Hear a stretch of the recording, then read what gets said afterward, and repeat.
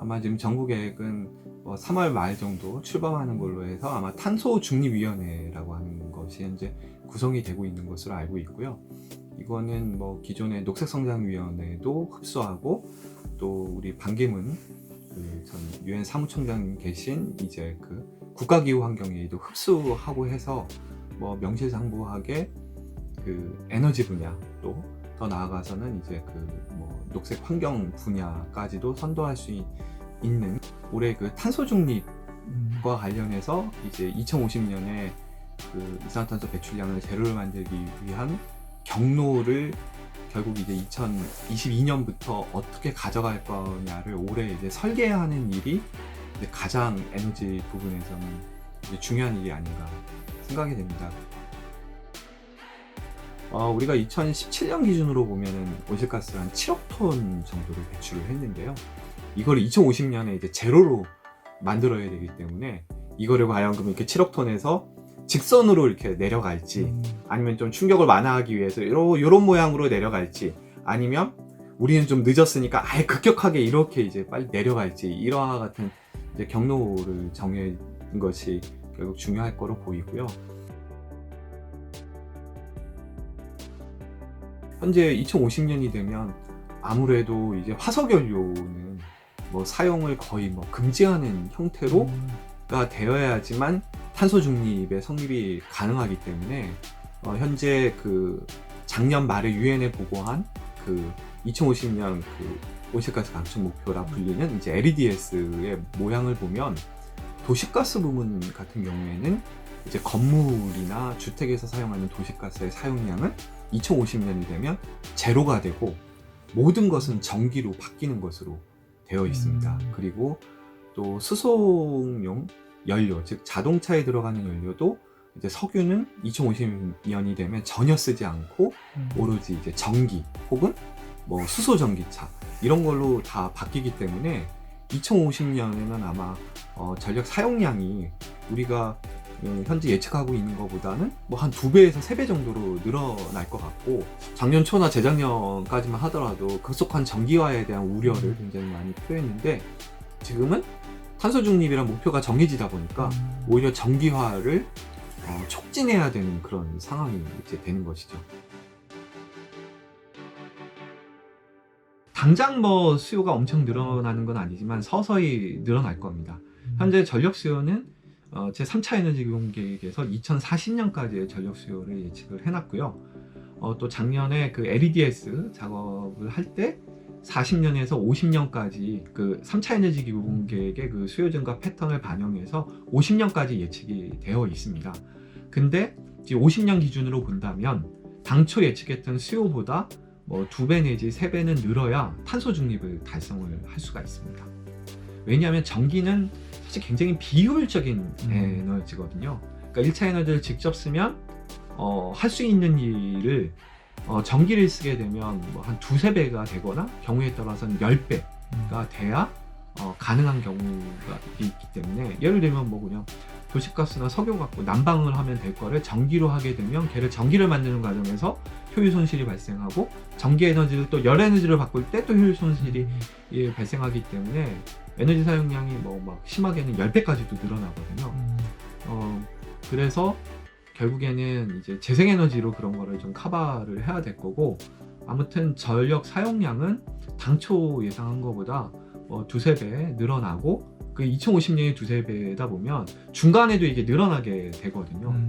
따라서 작년 말에 이제 9차 전력 수급 기본 계획이 발표가 됐습니다만, 아마 올해에는 결국 그걸 수정하는 작업, 그러니까 그 전에 아마 3차 에너지 기본 계획을 수정하긴 해야 될 텐데, 그래서 올 한 해는 3차 에너지 기본 계획을 아마 수정하는 작업이 이루어져야 될 것 같고, 거기에서 이제 수요가 이제 다시 수정이 되고 이러면 아마 전력 수요는 굉장히 많이 늘어나는 형태가 되고, 따라서 설비 계획도 뒷받침이 돼야 되고, 요금이라고 하는 부분도, 왜냐하면 이게 설비가 늘어나는데 늘어나는 설비의 상당 부분은 재생에너지라서 결국에는 돈이 굉장히 많이 들 거거든요. 결국에 아니면은 이제 수소연료전지일 거고, 그러면 그쪽은 아무래도 재생에너지 수소연료전지는 더 비싸니까 결국에는 전기요금의 수준이라든지 체계에 대한 조정 이런 것들도 서서히 이렇게 있지 않을까 싶습니다. 우리는 이미 세계 최고 수준의 그 효율을 달성을 하고 있거든요. 주요 대기업들은. 그러니까 세계적인 경쟁력을 갖추고 있는 상황에서 더 효율을 올린다든지 더 CO2 저감하는 건 사실 굉장히 쉽지 않은 상황이죠. 그래서 이거는 좀 허상에 불과하고 못 간다. 그래서 뭐 이건 굉장히 어렵다라는 이제 시각도 있고, 또 한편의 시각에서는 이렇게 얘기하는 분들도 있습니다. 좀 망해야 된다. 국내 제조업이 망해야 탄소 중립을 갈 수 있는 거고, 그게 원래 우리가 이제 원하는 모습이다 라고까지 주장하시는 분들도 있고, 좀 불편해지고 좀 못 살면 어떠냐, 이산탄소를 줄이는 게 더 중요하다. 그게 이제 탄소 중립의 어떻게 보면은 이제 본질인 것이죠.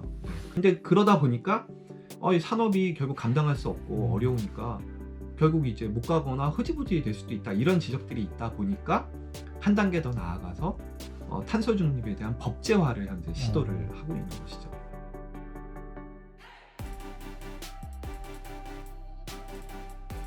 사실 뭐 재생에너지가 지금 우리나라에 굉장히 이제 폭발적으로 늘어나는데, 재생에너지와 원자력은 둘 다 경직성 전원이라고 하는 이제 공통점을 가지고 있기 때문에 세계 어느 나라도 두 개를 동시에 늘리지는 않습니다. 그러니까 두 개가 약간 이제 트레이드 오프 관계에 있기 때문에, 그래서 우리 국민들이 혹은 뭐 정부가 원자력을 이제 향후에 뭐 더 짓겠다 늘리겠다 이러면 재생에너지 부분이 줄어줘야 전력 개통이라든지 국가 시스템에 문제가 없는 거고요. 현재처럼 재생에너지를 엄청 늘리겠다 하면 원전이 들어올 수 있는 여지는 없는 상황이죠.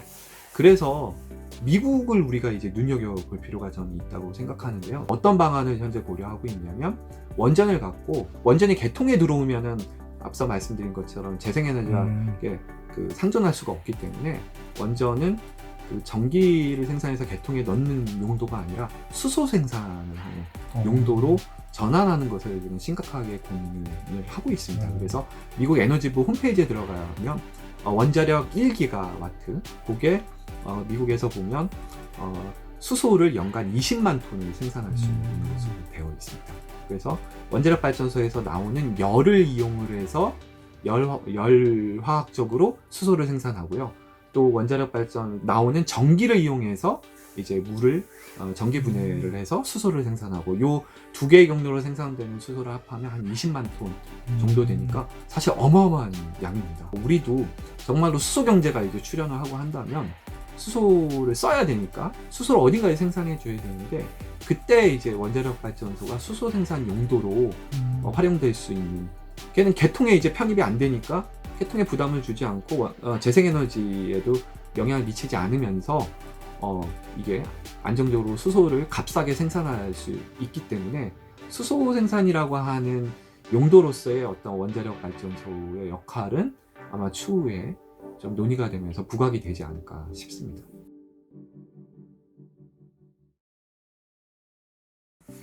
석탄 발전을 이제 줄이고 또 수명 이전에 또 퇴출시키기도 하고, 이런 거는 사실 분명한 글로벌 트렌드이고요.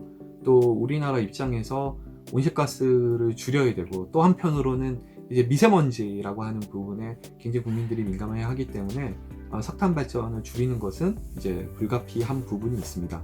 다만 이 석탄 발전을 줄이는 데 있어서 우리는 약간 좀 과격한 측면이 있는 게 뭐냐면, 그냥 망하게 해야 된다.